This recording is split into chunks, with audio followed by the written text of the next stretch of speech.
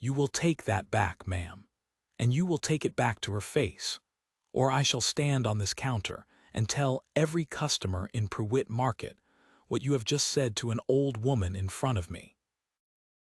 The Duke of Prewitt stopped in the doorway of the linen draper's with his hat in his hand, because the girl who had said it was perhaps 23, in a stuff gown the color of weak tea, with a paper of pins in her fist, and the old woman she was standing in front of, in a bonnet 11 years out of fashion and a cloak that had been rained on for a decade, was his mother. "I shall speak to Mr. Dabbs," said Mrs. Vibasset, going the color of a plum. "You are an impertinent little—" "Mr. Dabbs is at his dinner, and he will hear the whole of it from me before he hears a word from you." The girl did not raise her voice.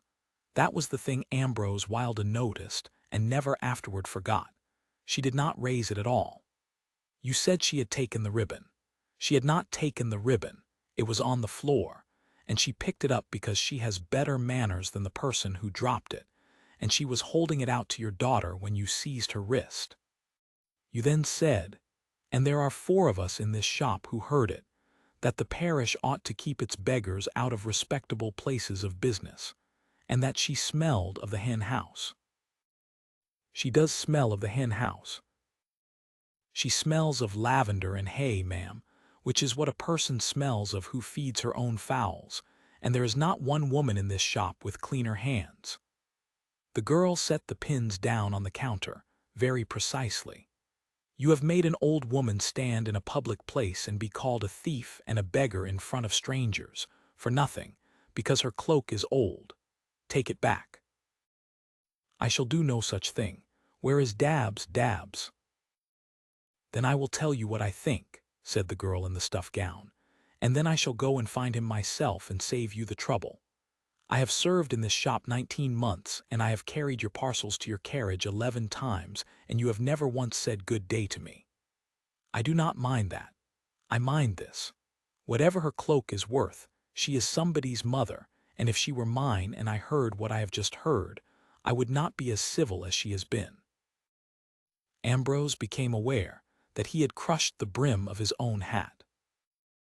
His mother, the Dowager Duchess of Prewitt, 71 years of age and the terror of 3 parishes, was standing perfectly still in her disgraceful cloak, with an expression on her face that he had seen exactly twice in his life, and both times somebody's fortunes had been permanently altered.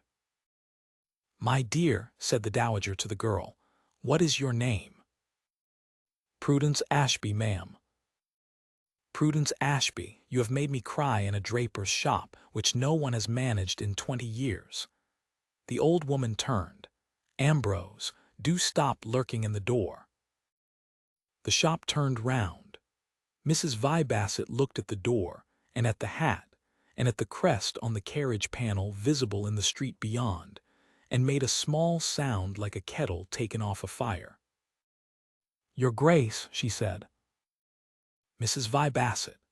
Ambrose came forward.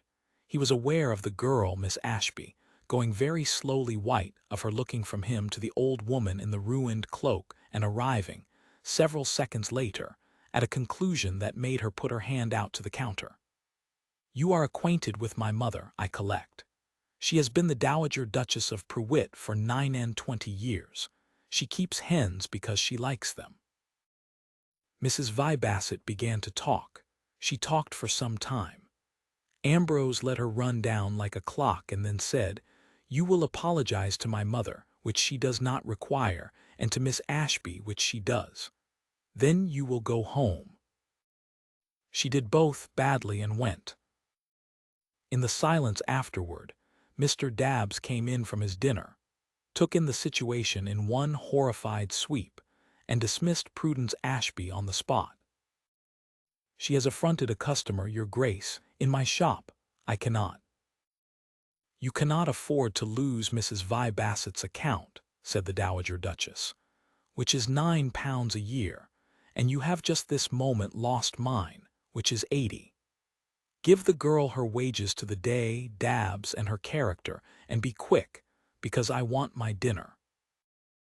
That was how Prudence Ashby came to Prewitt. Ambrose could see it happening as it happened, which was the maddening part. His mother required, she said, a reader. Her eyes were not what they had been. She had said nothing whatever about her eyes for the previous 4 years, during which she had read the entire Aldwych paper aloud to him every morning, including the shipping. "You have engaged an orphan shop assistant as your reader," he said, in the carriage. "She has no one in the world, Ambrose.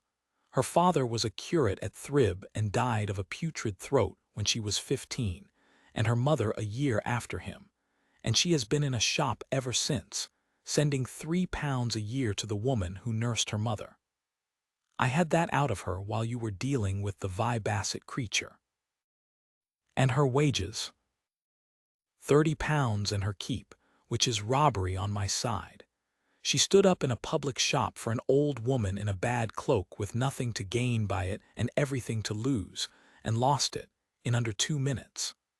His mother settled her hands in her lap. "Character, my dear, is what people do before they know who you are." It was, Ambrose reflected, a very hard sentiment to argue with. He suspected he would be hearing it a great deal. He was correct. By the end of the 3rd week, he had catalogued 11 separate maneuvers. His mother's spectacles were mislaid every morning at precisely the hour he came in from the stables, so that Miss Ashby was obliged to read the paper in the breakfast room, where he was. The dowager discovered a sudden inability to walk as far as the water temple, so that Miss Ashby must be sent with him to see whether the mason had mended the step. There was a great deal of talk about how well Miss Ashby had arranged the flowers, at moments when Miss Ashby was in the room. On the 12th of the month, in a house of 40 rooms, the 2 of them were somehow the only persons at dinner, and his mother sent word that she had a headache and would take a tray. And Ambrose had gone up afterward, and found her sitting bolt upright reading a farming pamphlet by 2 candles, with no more headache than the hall clock. "Mother, you are the least subtle woman in England." "I am 71, said the Dowager Duchess, turning a page. "Subtlety takes time I have not got. She is a gentlewoman without a shilling in my mother's employ, and she has no possible way of refusing anything you arrange, which means everything you arrange is a small tyranny practiced upon a person who cannot object. Consider what it does to her position. If you will not consider it, I shall send to Bath for a proper companion, and Miss Ashby may have the reading of the paper, and nothing else." His mother put down the pamphlet and looked at him for a while. "That is a fair rebuke," she said, "and I shall stop. But answer me one thing honestly, since you have been honest with me. Have I made you feel anything you were not feeling already?" Ambrose stood in his mother's bedchamber, 39 years old, a duke, master of 11,000 acres and a seat in the Lords, and discovered that he could not produce a single syllable. "Just so," said the Dowager Duchess of Prewitt, and picked up her pamphlet again. He had not intended to feel anything at all. He had settled that question at 31, when Lady Sophia Merle, to whom he had been engaged 11 months, had married a marquis with a larger estate, and had explained to him in a letter, with some warmth, that he must understand there was nothing personal in it. He had understood. He had been extremely civil about it. And he had concluded, on the whole, that a man in his position would be a fool to be surprised twice, and had run his acres, and grown a reputation for coldness that saved him a great deal of trouble. None of which had prepared him for a woman who read the shipping intelligence aloud in a flat voice, and then said, "Your Grace, the Prewitt cottages at Sallow Row are in the 3rd column, under distraint. Did you know that your agent has put out a family for 11 shillings?" He had not known it. He rode out that afternoon and found it true, and came back at dusk in a very bad temper, and found her sitting on the step of the water temple in the last of the light, mending a stocking. "You were right," he said. "I know," said Prudence Ashby. "I read it twice before I said it." It went on being autumn, and he went on being lost, and it took the county exactly 2 months to notice. Mrs. Vibasset had not forgiven the linen drapers. She could not attack the dowager, and she dared not attack Ambrose, so she did what such women do and attacked the only person with no defenses. It was said, at 3 dinner tables and 1 card party, that the Duke of Prewitt's mother had taken up a shop girl, that the shop girl had contrived the whole scene at Dabbs's on purpose, knowing perfectly well who the old woman was, and that a person of that sort in a house of that sort had precisely one object. It reached Prudence before it reached him, as such things always do, by way of a lady's maid. Ambrose came in from the harvest fields on the 2nd of October, to find her standing in the hall in her bonnet, with a corded box at her feet. "You are going," he said. "There is a place at Mrs. Threlfall's school at Barrowby, £28 and my own room." Her chin was up, but her voice was not steady. "The coach passes the lodge at 6 in the morning. I have told her Grace. She has been very good and very angry." Because of Mrs. Vibasset. Because of the truth in what Mrs. Vibasset says. Prudence Ashby drew a breath. "Your Grace, I have known for 6 weeks what your mother has been doing. The spectacles, the water temple, the dinner. Everybody in this house knows it. The kitchen has a wager. And I have let it be done to me because it was pleasant, and because I have not had one pleasant month since I was 15, and every morning I told myself there was no harm in it." Her hands closed on each other. "But there is harm in it. Whatever is felt in this house has been arranged by an old woman who loves you and pities me, and I will not be the thing a duke was steered into. I would rather be at Barrowby in a cold room and know that nothing was arranged. Miss Ashby, and I will not have it said that I set a trap in a draper's shop," she said, and her voice cracked at last. "That is the one that I cannot bear. I did not know who she was. I would have said every word of it to a woman with no name at all, and I have nothing whatever to prove that, and I never shall." Ambrose Wilda stood in his own hall, and understood that he had about 90 seconds in which not to be a fool for the rest of his life. "Come into the library," he said. "You may leave at 6 regardless. I am asking for a quarter of an hour." She came. He shut the door and left it open a hand's width, because she had taught him, without ever mentioning it, to think about such things. "3 points," he said. "You will forgive me. I speak better in numbers. First, you require proof that you did not know who she was. I have it. I was standing in that doorway for the whole of it, from the moment you said take that back. My mother's face was to the window. You could not see the crest on the carriage from where you stood. You had already refused Mrs. Vibasset twice before I came in, and lost your place for it 3 minutes later without hesitating. If anybody in this county says to me that you laid a trap, I shall say that I was the only witness in the room who could not possibly have been deceived, and I shall say it in front of them and their servants. That is proof. It is mine, and you may have it." Prudence Ashby stood very still. "Second, my mother. She has meddled disgracefully. She mislaid her spectacles 19 times, and I counted every one. I told her to stop in September, and she stopped, and you may have noticed that nothing at all has been arranged since Michaelmas, no headaches, no water temple, no flowers." He put his hands behind his back. "And in that month I have come into the breakfast room at 8:30 every morning of my own accord, and ridden out with you to Sallow Row twice, and sat on the step of that temple until the light was gone, and I have done all of it without one word of assistance from anybody. She began it. She did not do it. There is a difference, and it is the whole difference, and I want you to be quite clear about it, because everything I am about to say depends upon it. Your Grace." Third, said Ambrose, and found that his voice was not entirely under command. I was thrown over at 31 by a woman who wrote to tell me there was nothing personal in it, and I decided then that I would never again offer anything to anybody, and I have kept to that for 8 years and been thought cold, and I was not cold. I was careful.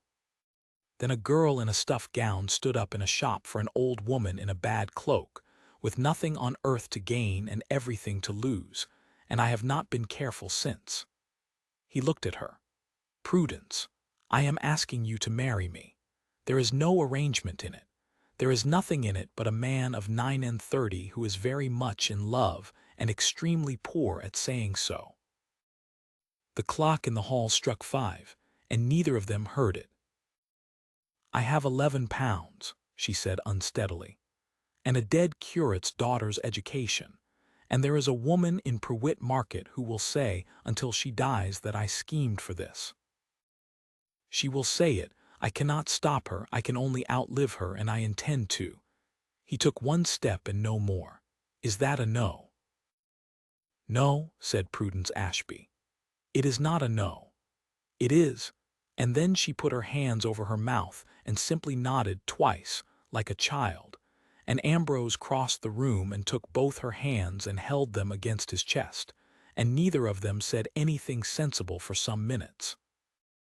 There was a thump in the passage, and then the unmistakable sound of a 71-year-old woman attempting to leave a keyhole at speed. "Mother," said Ambrose, without turning round. "I heard nothing whatever," said the Dowager Duchess of Prewitt from the other side of the door. "I was passing. Shall I have the box taken back up to the East Room, or is it to go to Barrowby?" "Take it up," said Prudence, laughing and crying at once.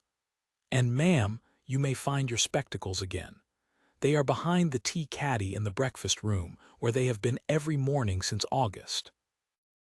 There was a pause. "Impertinent girl," said the Dowager, with enormous satisfaction, and went away down the passage humming. They were married in Prewitt Church in the last week of November, and the Dowager Duchess wore the disgraceful cloak, which she declared had earned it.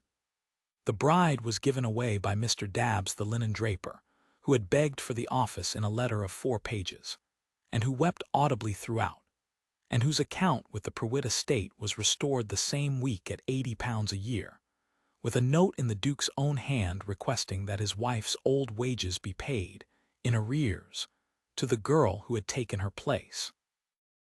The county came. Mrs. Vibasset came too, having been sent a card at Prudence's particular insistence, and having spent a fortnight deciding whether it was worse to go or to stay away. She was received at the door by the new Duchess of Prewitt with perfect kindness, and set at a very good place at the table, and she was never afterward able to say one word against her that anybody would listen to, which the Dowager privately considered the cleverest stroke of the entire affair.